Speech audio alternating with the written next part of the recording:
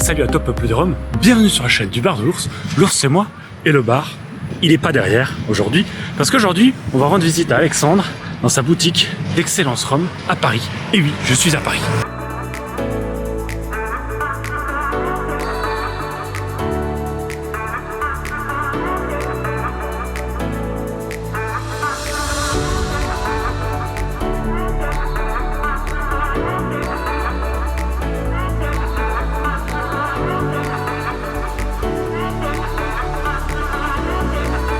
Et bien voilà, nous sommes arrivés chez Alexandre. On est dans la boutique, on vient de rentrer. Et tout de suite, je peux vous dire que ça donne très envie de tout goûter. Et donc, on va suivre, tout simplement, faire une petite visite avec Alexandre qui nous accueille aujourd'hui. Bonjour. Bonjour, bonjour à toi. Merci de nous recevoir. Merci à toi de venir jusqu'à nous. Ouais. Et puis, ça fait super plaisir d'être là. Et puis, bah, on t'écoute. Parle-nous un petit peu de ton endroit secret. Eh ben, écoute, la boutique a ouvert il y a maintenant 2 ans de ça. Pas tout à fait. D'ailleurs, on fêtera ces 2 ans dans tout juste 1 mois. Donc ici, on va avoir principalement du rhum à 99%. On va avoir 1200 références. Donc là, ici, on est au rez-de-chaussée où on va avoir tous les embouteilleurs indépendants, tous les rhums vieux, particulièrement les embouteilleurs indépendants, donc sur ce côté-ci. On va avoir également les rhums des Antilles françaises, par ici. Et de l'autre côté, tous les rhums hispaniques ou des Antilles anglophones. Voilà. En passant bien sûr par l'île Maurice, qui se trouve ici même.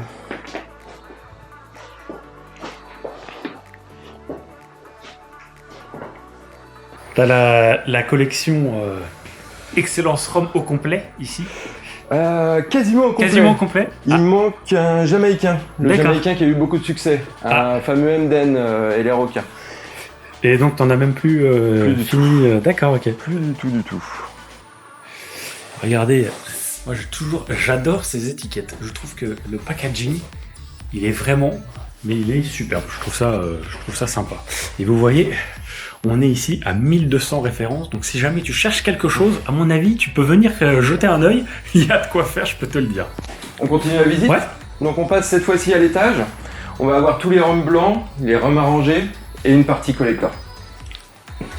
On te suit.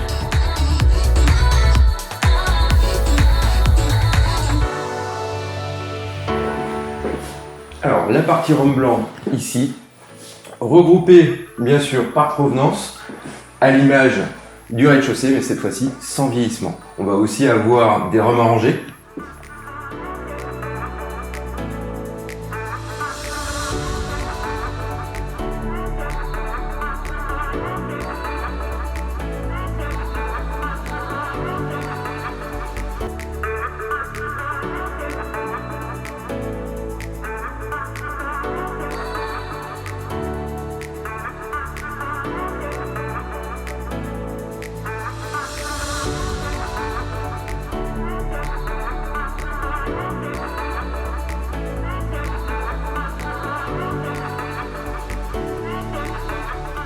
Là, on a des watts là. Ok. Et la partie collector, collector ou bouteilles d'exception, qui sont en vitrine, bien gardées.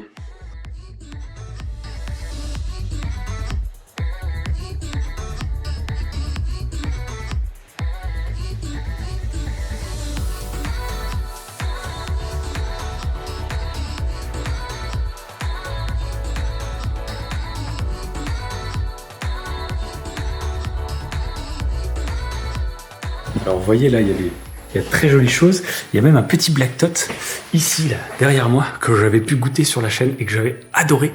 Et qui ici, qui est là, qui est tout proche de nous. On pourrait presque sentir l'odeur comme ça, tu vois. Et on a un petit salon aussi ici. Regardez, tac, petit salon. Je sais pas si tu t'en sers en tant que dégustation Oui, ou pourquoi on fait souvent des dégustations à titre privé, à l'étage. On fait aussi des dégustations privilèges où on va avoir des très belles bouteilles et justement ça se passe à l'étage. Donc c'est en petit comité, généralement en fin de semaine. Effectivement, ça se passe dans le petit salon, ça s'y prête plutôt bien. Je peux vous dire, l'ambiance est très sympa là. Ah, et quelqu'un vient d'entrer dans la boutique. On a peut-être suivi. Je peux vous dire là, on se pose, on est top et on s'y voit et on s'y croit.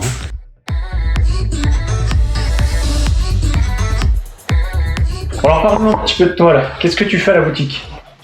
Ah, qu'est-ce que je fais à la boutique? Bah écoute, a priori, je suis vendeur et je suis surtout conseiller en fait pour toutes les gammes que l'on peut avoir, toutes les destinations possibles au niveau du rhum. Voilà. Ouais, Alexandre nous a montré, c'est très éclectique, il y a de tout. Oui, on a à peu près 1200 références dans la boutique, ça fait à peu près entre une moitié et un tiers de ce qu'on a sur le site internet, donc on a fait une sélection on va dire la plus pointue possible, et puis en fait elle est tout le temps en évolution parce qu'en ce moment il y a des sorties tout le temps. Ouais, on en a discuté tout à l'heure. Ouais. Et puis le rôle de Florent, c'est vraiment de conseiller, d'accompagner et même de faire déguster. Donc là, les dégustations reprennent progressivement. Ouais, je vois que tu as le petit papier dégustation libre. Ça, c'est les dégustations libres. Ouais. C'est le samedi après-midi. D'accord. On vient pour déguster une provenance, pour déguster une distillerie. D'accord. Une gamme. Ouais, c'est ça. C'est entièrement gratuit, il n'y a pas d'obligation d'achat et voilà. Ça permet justement de goûter aux produits sans forcément partir avec une bouteille dont on a eu simplement les éloges du conseiller. Ouais. Donc l'idée même de la boutique et le rôle de Florent, c'est aussi d'accompagner et de faire goûter aussi les clients pour qu'il n'y ait pas de surprise à la maison et qu'on reparte vraiment avec quelque chose qui nous plaise. Voilà. C'est vrai que sur la dégustation, on ne peut pas tricher, on ne peut pas dire, raconter quelque chose. Donc en fait, tout ce qu'on peut dire sur la dégustation, c'est faire une explication du produit et puis après, évidemment, si les clients sont curieux, aussi les amener vers autre chose qui pourrait être connexe à ce qu'ils viennent de goûter. Voilà. La boutique est aussi assez modulable pour le coup, puisque il y a des références qu'on refait partir, parce qu'on a cette chance d'avoir un espace de stockage et puis d'avoir plein de références en amont. Donc on peut mettre les accents sur une provenance, sur une distillerie, à un moment donné plus qu'un autre. Voilà.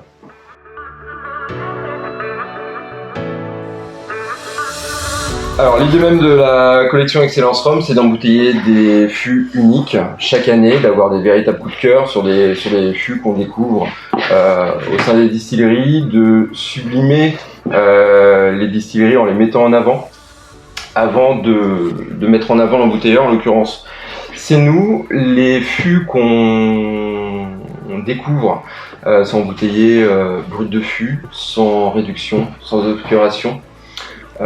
Avec le maximum de détails et de transparence sur les fûts. Ouais, absolument. Donc ça va même jusqu'à la part des anges, le taux de vieillissement tropical, continental. Ouais. Donc voilà, on a des contre-étiquettes assez fournies. Toutes les infos sont là. Et chaque bouteille est numérotée. On embouteille à la main. Ouais, c'est nous-mêmes. D'accord. Dans notre entrepôt en région parisienne. Ok. Et les étiquettes, je le redis, elles sont magnifiques, j'adore ça. Je trouve que elles sont vraiment visuellement, elles sont superbes. Même avec la bouteille elle est relativement classique, mais je trouve que ça va super bien avec l'étiquette. Et le code couleur du coup permet d'avoir une déclinaison, moi je trouve c'est vraiment très très très sympa. Il faut aussi savoir qu'on n'est que sur des single casques et des brutes de fût, donc en fait c'est quand même le concept initial. Ouais. C'est d'avoir des produits qui en fait marquent un petit peu l'exception, mais qui sont aussi très représentatifs des différents pays. Donc on a et des purs jus de canne pour nos Antilles, et puis après on va avoir des traditions anglaises, puisque c'est aussi un petit peu des pays de cœur pour nous quand on fait de la sélection de rhum. On aimerait peut-être aller un peu vers l'Amérique du Sud, mais pour l'instant on n'a pas trouvé quelque chose qui... c'est-à-dire que on ne va pas rentrer dans le débat de l'édulcoration et des choses comme ça, mais quand on veut un produit qui justement ne soit pas avec du sucre ajouté ou des choses comme ça, c'est compliqué d'avoir en fait les traçabilités. Donc le jour où on en aura, pourquoi pas. D'accord, ok. Ouais, et puis voilà, il faut aussi avoir un véritable coup de cœur. C'est-à-dire Oui. qu'il n'y a pas d'embouteillage, parce qu'il n'y a pas de coup de cœur D'accord. sur des fûts. Donc voilà, on préfère mettre en stand-by et puis justement continuer les recherches pour l'année prochaine et faire vraiment des choses qui nous plaisent et qui nous ressemblent. Donc effectivement, en plus l'Amérique latine, bien souvent pour avoir toutes ces informations c'est très compliqué. Donc si on ne peut pas reproduire toutes les informations qu'on a sur les contre-étiquettes, nous avant tout c'est la transparence et la traçabilité des produits qui nous importent. Mais là, pour le coup, nous, on est sur un profil très barbadien, qui reste encore le profil... vache. Ouais. Alors, c'est peut-être parce que tu viens d'en parler, donc ça se trouve, mais du coup, ouais, je sens tout de suite la coco, là, vache. Ouais, c'est un produit... donc moi, je suis assez fier de cette bouteille, parce que, sans parler d'être précurseur, c'est pas nous qui le fabriquons, mais on l'a sélectionné, et c'est clairement... un des premiers sauces pacifiques qui avait ce profil-là. En fait, quand les indépendants se sont intéressés à la sauce pacifique, tout le monde avait aimé le côté très jam qu'on trouvait là-dedans, mais ce produit-là, pour le coup, il est clairement sur un autre profil et il faisait la part belle justement à ce côté gourmandise facile. Et pourtant, c'est le plus puissant de notre sélection puisqu'on est quand même à 65,5 en degrés. D'accord. Okay. Donc, moi, j'aime pas parler d'intégration d'alcool parce que pour moi, c'est un mot un peu étrange. Je parle plutôt, on va dire, de perception de l'alcool et justement, elle est plutôt basse par rapport au degré, quoi. Ah oui, j'aurais jamais dit 65. Ouais. Donc, on est quand même sur une belle gourmandise là-dessus. Effectivement, la différence entre le nez et la bouche est... Tu me le mettais au nez, je pense pas que j'aurais dit que c'était un Fidji. Non, personne. Vraiment. Et en fait, là, pour le coup, le Fidji qui vient de sortir chez Plantation est clairement sur ce type de profil, donc c'est intéressant aussi de voir qu'on commence à exploiter aussi ce profil-là, clairement. Ça te plaît ou pas ? Ça me plaît. Alors moi, il y a un truc avec les Fidji, c'est que j'aime bien. En fait, il y a un truc qui m'embête avec les Jamaïcains depuis le début que j'ai commencé à vraiment m'intéresser à ça, c'est qu'en fait, j'arrive pas à les cerner. Okay. Du coup, comme j'arrive pas à les cerner, il y en a, ils sont trop pour moi. Et pourtant, et c'est pas forcément juste pour les degrés où tu vois, c'est vraiment, il y en a, ils sont trop pour moi. C'est trop riche gustativement, hein. Ouais. Et du coup, il y en a, des fois, ça me casse la tête. Je le bois et je dis putain, j'arrive pas à identifier, ça m'énerve, ça machin. Et du coup, je prends pas de plaisir. En fait, c'est vrai que... les Fidji... Sur quoi ? Sur les jams ? Sur certains jams. Et du coup, il y a des Fidji que j'ai bu où j'ai retrouvé des notes un petit peu côté jamaïcaine qui du coup me plaît plutôt bien quand même, ce style-là. Et en même temps... peut-être un peu plus édulcoré ou un peu moins prononcé ou je sais pas, un côté peut-être un petit peu moins compliqué à appréhender. De toute façon, même si en fait ça ressemble, c'est clair que sauce pacifique, on n'a pas vraiment beaucoup de détails sur les process de fermentation ou des choses comme ça, mais la Jamaïque c'est la Jamaïque, hein. Leur système de fermentation, d'utilisation de vinasse, de dunder, laisser dans justement les vinasses dans les mock pits.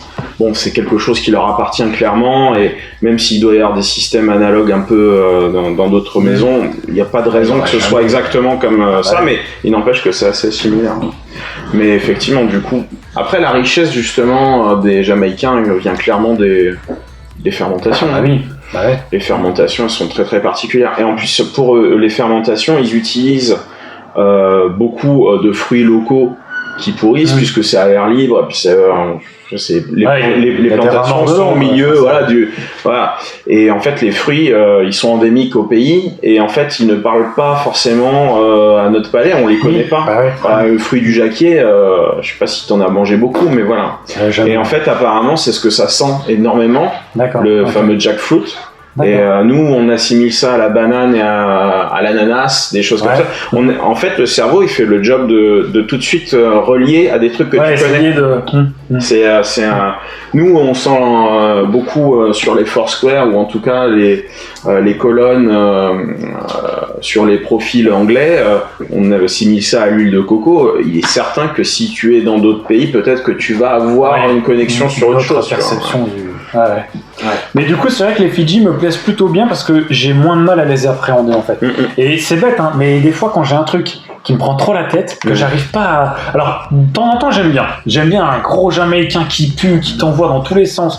Quand je suis posé, quand je suis tranquille à la maison tout seul, que personne m'a fait chier, de temps en temps, j'aime bien. Mais des fois, tu vois, je vais en boire un machin et je suis pas dans le mood et du coup, ça m'énerve. Et du coup, les Fidji, j'ai l'impression que j'arrive un peu mieux à les comprendre et du coup, je suis plus sur les Fidji et parce que je retrouve un petit peu le côté.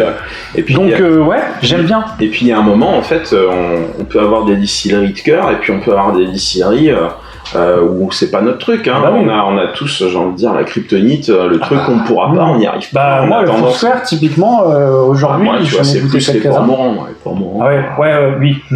C'est autre chose. Les produits qui sont très compliqués pour mon palais. J'ai toujours le côté ultra végétal, capiteux, ultra floral, où en fait on va chercher tout sauf de la gourmandise. Moi, il faut que j'ai une pointe de gourmandise dans du rhum, sinon c'est pas mon truc. Quoi.